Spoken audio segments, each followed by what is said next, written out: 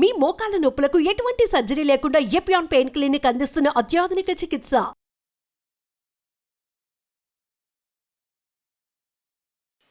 నా ప్రసంగాలు వింటూ చాలా కామెంట్స్ రాస్తూ ఉంటారు.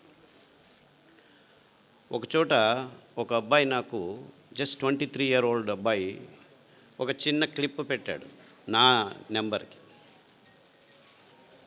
బెంగళూరులో 23 year old బాయ్స్ 2.5 లక్ష రూపాయలు అదేదో మోటార్ సైకిల్ కొనుక్కున్నారట. బుర్రని తిరుగుతున్నారు. సార్ చెప్పినట్టు హెల్మెట్ పెట్టుకోకుండా యాక్సిడెంట్ పాలయ్యారు. ఇద్దరికి తలకు ఏటైంది. స్పాట్, చనిపోలేదు, హాస్పిటల్లో కోమాలో ఉన్నారు. ఆ హాస్పిటల్లో ఇలా యాక్సిడెంట్ అయ్యి కోమాకు వెళ్ళిన వాళ్ళు ఇప్పటికి 1000 మంది అడ్మిట్ అయితే ఒక్కరూ బయటికి రాలేదు. అందరూ పైకి వెళ్ళిపోయారు. 3 రోజులు, 4 రోజులు, 5 రోజులు ఐసీయూలో ఉన్న తర్వాత. సో ఆ డాక్టర్లు అందరూ అక్కడికి వెళ్ళిపోయారు, ఇంకేమీ లేదు, అందరూ పిలుచుకోండి అని చెప్పి వాళ్ళ ఇంట్లో అందరికీ చెప్పేశారు. 3 రోజుల తర్వాత ఒక అబ్బాయి చనిపోయాడు. ఇంకా 3 రోజుల తర్వాత ఇంకో అబ్బాయి ఇంకా చనిపోలేదని డాక్టర్లు అందరూ వెయిట్ చేస్తుంటే 6వ రోజు రాత్రి ఠక్కని లేచి కూర్చున్నాడు. ఇంకా 6 వారాల్లో బాగా అయిపోయాడు, నడుస్తున్నాడు. సో ఈ డాక్టర్లందరికీ అనుమానం వచ్చింది, ఏం జరిగింది, ఇంతమంది చనిపోయారు సార్ మీకు చెప్తారు. ఆయన చెప్పాడు కదా, ఆరోగ్యం ఉన్నా యాక్సిడెంట్లో చనిపోతారు మీరు, జాగ్రత్త అని. ఇది జరిగిన విషయం. ఎలా బయటపడ్డాడు వీడు, 1000 మంది చనిపోయారు, ఇంత కోమాలో ఉన్నవాడు మళ్ళీ వెనక్కి వచ్చాడని వాళ్ళు అదే పనిగా పని కట్టుకొని ఎంక్వైరీ చేశారు. వాళ్ళ ఇంటికి వెళ్ళారు. వాళ్ళ అమ్మ నాన్నని అడిగితే, మా అబ్బాయి యూట్యూబ్లో డాక్టర్ ఖాదర్ ప్రసంగాలు విని గత 2 సంవత్సరాలుగా సిరిధాన్యాలను మాత్రమే భోంచేస్తున్నాడు.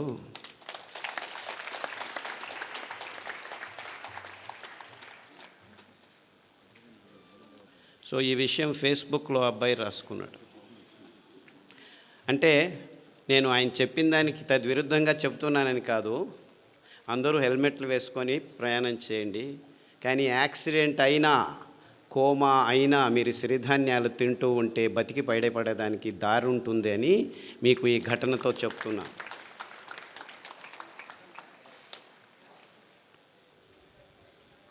నేను గుంటకల్లోనే చదివాను. చేంతాడు చేతిలో వేసుకొని 6 కిలోమీటర్లు దూరం వెళ్ళి, ఆ చేంతాడు ఒకే బావి ఉండేది, నీళ్ళ బావి, ఆ దర్గా దగ్గర అటువైపుకి వెళ్ళేవాళ్ళం మేము. 6 కిలోమీటర్లు నడిచి పొద్దున్నే 5 గంటలకు లేచి, నేను మా అక్క బుచ్చక్క అనే పేరు ఇద్దరం, 6 కిలోమీటర్లు నడిస్తే వెళ్తే చేంతాడు. నేను చిన్న పిల్లోడిని, ఇంతలాగా ఉండేవాడిని, చాలా వెరీ స్మాల్ షార్ట్ ఫెలో, ఇప్పటికూ పొట్టివాడిని. ఆ చేంతాడు ఎత్తుకొని పోయేదానికే 6 కిలోమీటర్ పోయేవాడికి కింద పడిపోయేవాళ్ళం. ఆ చేంతాడు ఎంత బరువు ఉండేది, ఎందుకంటే చేంతాడు 10 అడుగులు 15 అడుగులు కాదు, 30 అడుగులు పోవాలా లోపలికి నీళ్ళు రైలు. సో ఇద్దరం కష్టపడి 2 బిందెలు తీసుకుని వచ్చాము, చేంతాడు ఇక్కడ వేసుకొని. నీళ్ళు తాగాలంటే అంత కష్టపడాలి. సో గుంతకలు వాళ్లకు నీళ్ళ అభావం గురించి ఎవరు ఏమీ చెప్పాల్సిన అవసరం లేదు. కానీ తమాషా ఏమిటంటే, ఇంకా మొత్తం ప్రపంచమంతా ఇంకా 6 నుంచి 10 సంవత్సరాల్లో నీళ్లు లేకుండా ఉండేది. తాగేదానికి నీళ్లు కూడా దొరకని పరిస్థితిని మనం ఎదుర్కోబోతున్నాం. అంతేకాదు, ఈ ఎలక్ట్రిసిటీ కూడా ఉండదు మీకు ఇంకొక 15-20 సంవత్సరాల్లో. బొగ్గు అయిపోతుంది, ఇంధనాలన్నీ అయిపోతున్నాయి, నీళ్లు లేకుండా ఉంటాయి. ఇప్పుడు మీరందరూ హ్యాపీగా వరి బియ్యము, గోధుమలు, చక్కెర, మాంసము, కోడిగుడ్లు తింటూ ఉన్నారు. ఇది తింటూ మీకు ఆరోగ్యం వచ్చింది అనుకున్నాం, అందరూ బాగానే ఉన్నారు అనుకుందాం, రోగాలు లేవు అనుకుందాం, ఎవరికి బీపీ లేదు, ఎవరికి డయాబెటీస్ లేదు, ఎవరికి క్యాన్సర్ లేదు, ఎవరికి హెచ్ఐవి లేదు, ఏమీ లేదు, అందరం బాగున్నాం. వరి బియ్యం చాలా మంచిది, తింటే ఏమీ రోగాలు రావు, ఇంకా ఆరోగ్యంగా ఉంటుంది అని కూడా అనుకుందాం. గోధుమలు తింటే చాలా అద్భుతంగా ఉన్నాము అనుకున్నాం. అఫ్కోర్స్ మనమందరము వెంట్రుకలకు పెయింట్లు చేసుకొని యంగ్ పీపుల్ అనుకొని తిరుగుతూ ఉంటున్నాము. అది వేరే విషయం, రోగాల గురించి తర్వాత చెప్తాను. అంటే మనం తింటున్న పదార్థాలన్నీ మంచివే, ఆరోగ్యంగానే ఉన్నామని అనుకున్నా ఈ రెండు కారణాలకి మనం వరి బియ్యం తినటం ఆపు చేయాలి, గోధుమలు తినటం ఆపు చేయాలి, చక్కెర తినటం ఆపు చేయాలి, కోడిగుడ్లు తినటం ఆపు చేయాలి, అన్నీ తినటం ఆపు చేయాలి. ఎందుకంటే నీళ్లు లేవు. ఇంకా 15 సంవత్సరాల్లో వరి బియ్యం పెంచుకునేదానికి నీళ్లు ఉండవు, కోడిగుడ్లు తయారు చేసుకునేదానికి నీళ్లు ఉండవు, చక్కెర పెంచేదానికి, చెరుకు పెంచేదానికి నీళ్లు ఉండవు, ఏమీ ఉండవు. 4 వానలు వస్తే చివరకు పెరిగేది ఈ సిరిధాన్యాలే. అంటే వీళ్ళందరూ చెప్తున్నారు రుచిగా చేయండి, ఇది చేయండి, అది చేయండి. అవంతా ఏమీ అవసరం లేదు. ఇంకో 10 సంవత్సరాలు మీరు అందరూ కళ్ళు మూసుకొని నీళ్లు లేని పరిస్థితిని ఆలోచించుకోండి. కోర్స్ నా దురదృష్టం, గొంతుకలలో వచ్చి నీళ్లు లేని పరిస్థితిని ఆలోచించండి అని చెప్తే వీడు పిచ్చోడు మాకు చెప్తున్నాడు అనుకుంటారు. నేను అనుభవించాను. కానీ ప్రపంచమంతా ఇదే స్థితికి రాబోతుంది ఇంకో 10-15 సంవత్సరాల్లో. ఈ డ్యాములు కట్టినారు, ఏమీ లాభం లేదు. డ్యాముల్లో నీళ్లు ఉంటాయి కదా మీరు ఎత్తిపోసేది. ఆ నీళ్లు లేని పరిస్థితుల్లో మొత్తం ప్రపంచమంతా హాహాకారాలతో, ఆకలి మంటలతో భయానక స్థితిని ఒక్కసారి కళ్ళు మూసుకొని ఊహించండి. ఆ స్థితి నుంచి దూరం కావాలంటే మనం 20 సంవత్సరాల ముందే ఎంత మంచివైనా, గోధుమలు మంచివే అని చెప్తున్నాను, చక్కెర మంచిదే అని చెప్తున్నాను, ఏమి రోగాలు రావట్లేదని చెప్తున్నాను, ఇదంతా ఇమాజినరీ కండిషన్. కోర్స్ ఇప్పుడు ఉన్నది అన్ని రోగాలే అనేది ఇంకొక 5 నిమిషాల్లో మాట్లాడతాను. కానీ సిరిధాన్యాల మహత్వము జస్ట్ మీ ఆరోగ్యానికి కోసం కాదు, మీ పిల్లల ఆరోగ్యం కోసం కాదు, ప్రకృతి కోసం కాదు. ప్రకృతిని మీరు రక్షించాల్సిన అవసరం లేదు.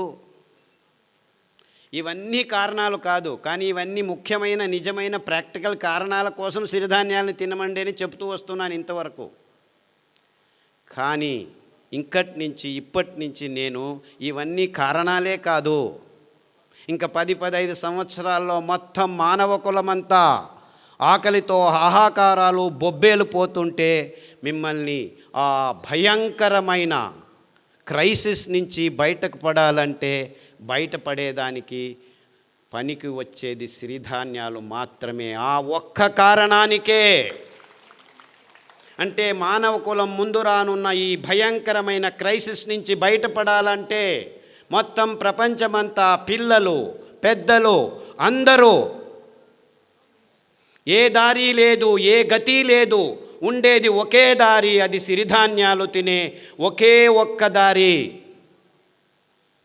ఈ క్రైసిస్ని మానవ జాతి ఎదుర్కోవాలంటే ఈ దారి తప్ప ఇంకా ఏ దారి లేదు అని గట్టిగా నమ్మిన వాణ్ణి నేను. అందుకే 40 సంవత్సరాల క్రితమే ఈ విషయాల్ని పూర్తిగా విశ్లేషణ చేసి, అరే ఈ రోగాలకు పక్కన ఉంచండి, మీ తలల మీద తెల్ల వెంట్రుకల గురించి పక్కన ఉంచండి, నాకు క్యాన్సర్ వచ్చింది అని బాధపడే వాళ్ళ గురించి నేను బాధపడటం లేదు. మొత్తం మానవ కులమే కాదు, ప్రపంచంలో ఉన్న జీవరాశి అంతా ఈ భయంకరమైన సన్నివేశాన్ని ఎదుర్కోబోతుంది ఇంకో 20-30 సంవత్సరాల్లో. నేను చెప్పేది అతిరేకంగా లేదు, మీరందరూ దీనిల గురించి ఆలోచించట్లేదు, ఎవరూ ఆలోచించట్లేదు. అంటే ఎంత భయంకరమైన ఇక్కట్టును మనం ఎదుర్కోబోతున్నామని మన కళ్ళ ముందు మనం ఎవరు కూర్చొని ఆలోచించేదానికి రెడీ లేదు. ఎందుకంటే నా తలల మీద వెంట్రుకలు వెళ్ళిపోతున్నాయి, నా అబ్బాయికి 3 సంవత్సరాలు డయాబెటీస్ వచ్చింది, మా అమ్మాయి 180 కేజీలు ఉంది, నడవలేకపోతుంది, మా చిన్న పాపకు బ్లడ్ క్యాన్సర్ వచ్చింది, 3 సంవత్సరాలకు బ్లడ్ క్యాన్సర్, బోన్ క్యాన్సర్ వచ్చింది, లంగ్ క్యాన్సర్ వచ్చింది.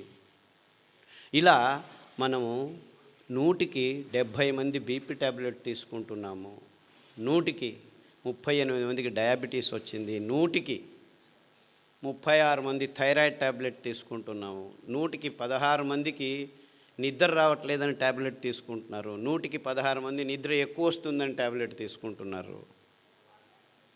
ఇలా ఎన్నెన్నో కారణాలు ఉన్నాయి, ఎన్నెన్నో రోగాలు ఉన్నాయి. హెచ్ఐవి వచ్చింది, ఎస్ఎల్ఈ వచ్చింది, ఐఎస్ఆర్ వచ్చింది, ఐబిఎస్ వచ్చింది, ఇలా అక్రానిమ్స్ పెట్టుకొని 185 రోగాలను లిస్ట్ చేసుకుంటున్నాము. ఈ రోగాల పేర్లు వినాలంటేనే భయం అవుతుంది. రోగాలు వస్తే ఇంకెంత భయమో. అది ఇంతకుముందు డయాబెటీస్ 100కి 5 మందికి 10 మందికి వచ్చేది, 50 సంవత్సరాల పైన వచ్చేది. ఇప్పుడు 5 సంవత్సరాల లోపు పిల్లలకే 100కి 5 మందికి వచ్చేసింది.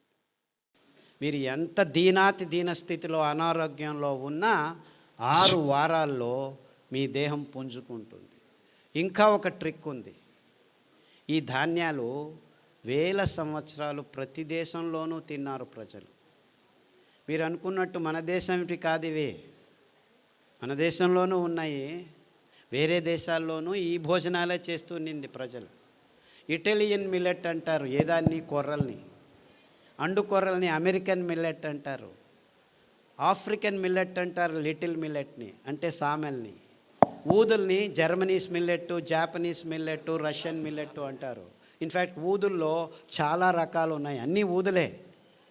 రష్యన్ మిల్లెట్ వేరే, జర్మన్ మిల్లెట్ వేరే, జాపనీస్ మిల్లెట్ వేరే, అన్నీ ఊదులే.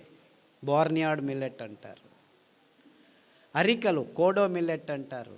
హిమాలయ కొండ చర్యల్లో యథేచ్ఛగా ఇప్పటికీ పెరుగుతున్నాయి.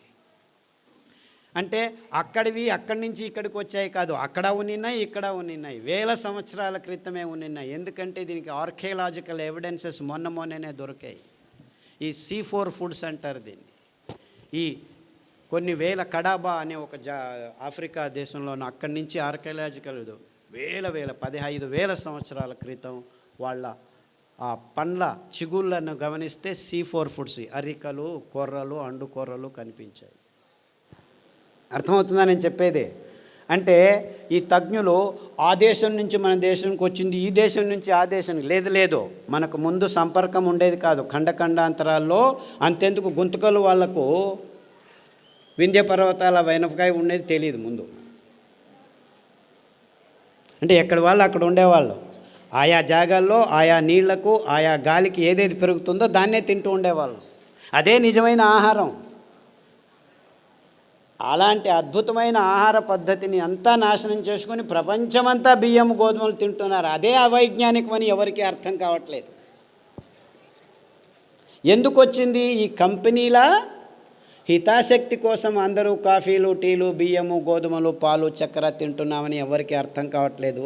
నేను పాలు తాగొద్దా, పాలు తాగొద్దా, బియ్యం తినొద్దా, గోధుమలు తినొద్దా, ఇంకేం తినాలి, మన్ను తినాలా? అందరూ ఈ ప్రశ్న అడుగుతారు నన్ను. అరే 150 సంవత్సరాల క్రితం వెళ్తే ఎవరికి తెలియకుండా ఇవన్నిటిని పెంచుకొని అందరూ తినేవాళ్ళు, వాళ్ళకు రోగాలు ఉండేవి. ఈ ఒక్క విశ్లేషణతోనే నేను ఈ ధాన్యాల్ని వెతకడం మొదలుపెట్టాను. 30 సంవత్సరాల క్రితం అమెరికా వదిలిపెట్టి పల్లెల్లో తిరిగి ఈ విత్తనాలని తీసుకొచ్చి మా ఇంటి వెనక పెరట్లో కొద్దిగా పెంచి మళ్ళా రైతులకిచ్చి ఆ ధాన్యాన్ని నేనే కొనుక్కొని రోగులకిచ్చి బాగవటం. మొత్తం 8 సంవత్సరాలు నేను ఒక్క మాట మాట్లాడలేదు. నేను ఆలోచించింది కన్ఫర్మ్ కరెక్ట్ అని తెలిసిన తర్వాత పల్లెకు వెళ్ళి మాట్లాడడం మొదలుపెట్టాను. వేల మంది రోగులకు బాగైన తర్వాత చెప్పడం మొదలుపెట్టాను. SLE, HIV, ఇప్పటికి ఎంతమంది HIV పేషెంట్లు. నేను మొన్న ఇక్కడి నుంచి బెంగళూరు నుంచి హిందూపూర్కి వస్తుంటే 4 పేషెంట్లు ఫోన్ చేశారు. సార్ మీరు చెప్పిన ఈత ఆకు కషాయము, బిల్వ ఆకు కషాయము, గరిక కషాయం తాగుతున్నాము, అరికెలు, సామెలు, గంజి తాగండి. గంజి గురించి చెప్పవే, చాలా వేల సంవత్సరాల క్రితము ఈ విసిరేది దంపేది రాళ్ళు లేవు, అప్పుడు ఇంకా తెలియదు. ఆ కింద పడిన ధాన్యాన్ని ఎచ్చుకొని వచ్చి నీళ్ళలో నానబెట్టి వండుకొని గంజి తాగేవాళ్ళు. గంజి తాగేదానికి కూడా టైం ఉండేది కాదు. ఇది వెరుకునేదానికి పనలేకపోతే ఆ గంజి పొద్దుటి నుంచి సాయంకాలం వరకు ఉంటే అది చద్ది గంజి, అంబలి. అందులో బ్యాక్టీరియా పెరిగేది. ఆ బ్యాక్టీరియా మన పొట్టలకి అతి ముఖ్యమైనది, అతి రోగ నిరోధక శక్తిని మన దేహంలో పెంచేది. ప్రోబయోటిక్స్ అని ఈ మధ్య కొత్తగా మొదలుపెట్టారు ఈ డాక్టర్లు, ఇంజనీర్లు అందరూ. ఎప్పుడో మా తాత ముత్తాత కాలంలోనే చద్దిగంజలు తాగరా వెధవా ఆరోగ్యంగా ఉంటామని మా అవ్వ చెప్పేది. తిప్పారెడ్డిపల్లె, ఇక్కడే తిప్పారెడ్డిపల్లె. కొర్రగంజి పొద్దున్న చేసి రాత్రి తాగు, రాత్రి చేసి పొద్దున్న తాగు అనేది.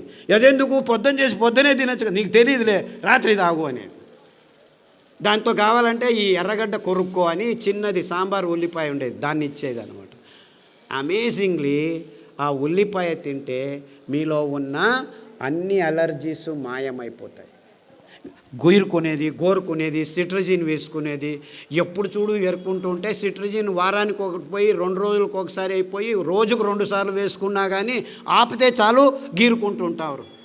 ఆ అలర్జీస్ అన్నీ వారం రోజుల్లో మాయమైపోతాయి. మీరు అరికల గంజి, ఈ ఉల్లిపాయ రసం, 4 ఉల్లిపాయలు ఉడికించి ఆ రసం తాగితే చాలు 6 వారాల్లో మీకు ఈ అలర్జీస్, పొద్దున్న లేస్తే తుమ్మేది, చెవులో నొప్పి వచ్చేది, పాలు తాగేసి ఆపేసి ఈ కషాయాలు తాగండి.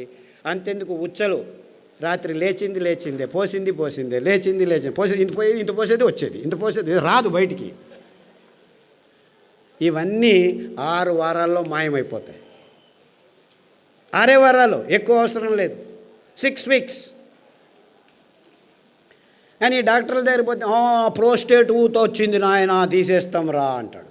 తీసేసిన తర్వాత మళ్ళీ అదే ప్రాబ్లం, ఇంకొకటి ఏదో కారణం, ఇంకేం కారణం, నరాలు దౌర్బల్యం ఉన్నాయి అక్కడ. మీరు ప్రోస్టేట్ తీసినా ఏమి తీసినా అదే రోగమే. సో తీయకముందే ఇట చేయండి, హ్యాపీగా ఆ ప్రోస్టేట్ సరిగ్గా అయి కూర్చుంటుంది, ఇంతలా ఉండేది సన్నగా అయి కూర్చుంటుంది. 6 వీక్స్. ఇలా చాలా రోగాలకి ప్రతిదినం సతమవుతున్నాను. నేను చెప్పేది క్యాన్సర్, హెచ్ఐవి గురించి ఆలోచించద్దండి. చాలామందికి ఇంకా ఆ రోగాలు రాలేదు, 120 మందికే వచ్చింది, ఇంకో 300 రోజుల్లో చాలామందికి వస్తాయి. కానీ వేరే వాళ్ళకు మైగ్రేన్ అండి, తలనొప్పి, ఇటువైపు వస్తుంది, వాంతికి వస్తుంది, మళ్ళా వస్తుంది. ముట్టయినప్పుడు ఆడపిల్లలందరూ కింద బడి ఎంత నొప్పులో, నో ప్రాబ్లం, ఒక ట్యాబ్లెట్ వేసుకో, ఎన్ని రోజులు వేసుకుంటూ ఉండు, కిడ్నీ లేచిపోయేంత వరకు వేసుకోవాలి. కిడ్నీలు లేచిపోతున్నాయి ఆడవాళ్ళకి, ముట్టు ప్రాబ్లమ్స్ కోసం పెయిన్ కిల్లర్స్ తీసుకొని, నో ప్రాబ్లం, డయాలిసిస్ యూనిట్ ఉంది, రండి. And this is science for you.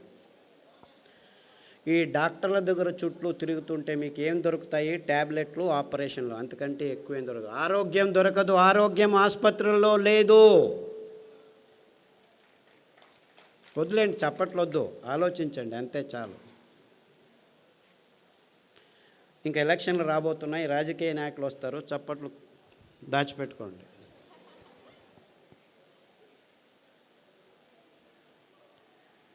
ఎక్కడుంది ఆరోగ్యం? మన కొర్రల్లో ఉంది, మన కానుగ కషాయంలో ఉంది, మన పారిజాత పువ్వుల్లో ఉంది, మన రావి చెట్లల్లో ఉంది, మన కానుగ చెట్లల్లో ఉంది, అండు కొర్రల్లో ఉంది, ఊదుల్లో ఉంది. ఇంత అద్భుతమైన పదార్థాలు మీరు ఏమైనా డబ్బు ఖర్చు పెట్టాలా? పేద రైతులు పెంచగలరు. దాన్ని అక్కడికక్కడే మీ ఇంట్లోనే రెడీ చేసుకునే దానికి బుచ్చి మెథడ్ అని మా అక్క నేను కలిపి కనిపెట్టాము. అందరూ హ్యాపీగా ఇంట్లో ఎవరైనా సరే రాత్రి నానబెట్టి పొద్దున ఎండబెట్టి అలా అంటే చాలు, బియ్యం రెడీ. ఇంకా అద్భుతం ఏం తెలుసా? ఈ ధాన్యాలు 7 సంవత్సరాలు నిల్వ ఉంచినా ఒక్క కెమికల్ లేకుండా, ఒక్క పురుగు రాకుండా ఉంచుకోవచ్చు ఈ 5 ధాన్యాలు. మీకు ఎప్పుడు కావాలో అప్పుడు బియ్యం రెడీ చేసుకోండి. సో అందరూ అంటున్నారు పేదవాళ్ళకి ఇది కష్టమని. ఇన్ఫ్యాక్ట్ పేదవాళ్ళకే ఈజీ. ఈ పెద్దవాళ్ళు పనులు చేసుకోలేరు, డబ్బులున్న వాళ్ళు. మీరు చేసిస్తే వాళ్ళు తింటారు. అంటే మీరు కొనాల్సిన పని లేదు. 2 ఎకరాల మెట్ట భూమి ఉంటే పెంచుకోండి, ఇంట్లో పడేసుకోండి. ఎప్పుడు కావాలంటే ఆ మిక్సీలో 1 కేజీ రెడీ చేసేదానికి మీకు 20 కేజీలు 2 గంటల్లో పని చేసుకోవచ్చు. ముందులాగా దంచాలి, విసరాలి అని ఏమీ లేదు. కావాలంటే మీకు డబ్బు కావాలంటే మీరే రెడీ చేసి పక్కనున్న ఊరికి అందజేయచ్చు. 10 మంది కూర్చొని ఆడవాళ్ళు పని చేస్తే దగ్గర దాదాపు 500 కిలోలు రెడీ అవుతాయి. ఆ పని బాలన్ గారు చేసి చూపించారు. ఇక్కడ అనంతపూర్లో భానుజ అని ఇంకొక మహిళా సంఘం వాళ్ళు చేస్తున్నారు. అంటే పేదవాళ్ళకి ఇవి అతి చౌకగా, ఎవ్వరి హంగామా లేకుండా పెంచుకొని ఇంట్లోనే తయారు చేసుకొని తినేంత వరకు మేము అన్ని రకాలుగా ఏర్పాటు చేశాము. మీరు చేసుకోవాలి అంతే. అంటే పేదవాళ్ళకి ఏమీ ఇబ్బంది లేదు. ఇంకా కొనుక్కునే వాళ్ళకే 100 రూపాయలు ఆ కేజీ, 150. యాక్చువల్లీ రైతులకు మీరు 10 రూపాయలు, 11 రూపాయలు మధ్యవర్తులు తింటున్నారు మధ్యలో. అయినా కానీ 100 రూపాయలు ఇచ్చి కొన్న 1 కేజీ 10 మంది తినచ్చు మీరు. ఎందుకు? ఇందులో పీచు మధ్యలో ఉంది. నానబెడితే, రాత్రి నానబెట్టి పొద్దున వంట చేస్తే 1 కేజీ బాగా వికసించి అరలితే మీరు 10 మంది తినొచ్చు అనమాట. అదే బియ్యం అయితే, వరి బియ్యము కేజీకి 4 తిని ముగించేస్తాం అనమాట. అంటే 1 కేజీకి 4, ఇక్కడ 1 కేజీకి 10 మంది, వీడు 30 రూపాయలు కేజీ అనుకో, 30 × 2.5 కేజీలు అంటే అది అంతే అయింది కదా. ఆ బియ్యం తిన్న తర్వాత మీరు ఎక్కడికి పోతున్నారు? ఆసుపత్రిలో చుట్టూ తిరుగుతున్నారు. ఈ బియ్యం తింటే మీరు రైతుల దగ్గరికి వెళ్ళచ్చు. అంటే నిజంగా మీరు ఎవరి చుట్టూ తిరగాలి? ఆరోగ్యం కావాలంటే ఎవరి దగ్గరికి వెళ్ళాలి మీరు? ఇన్ఫ్యాక్ట్ నిజంగా మనకు ఆరోగ్యం కావాలంటే ఆ రైతుల వైపు మన ముఖం చూపించాలి, వాళ్ళను గౌరవించాలి. వాళ్ళు పెంచే ధాన్యానికి విలువ ఇచ్చి భక్తితో తీసుకుంటే వాళ్ళు బాగుపడతారు, మనము బాగుపడతాం. అర్థమవుతుందా?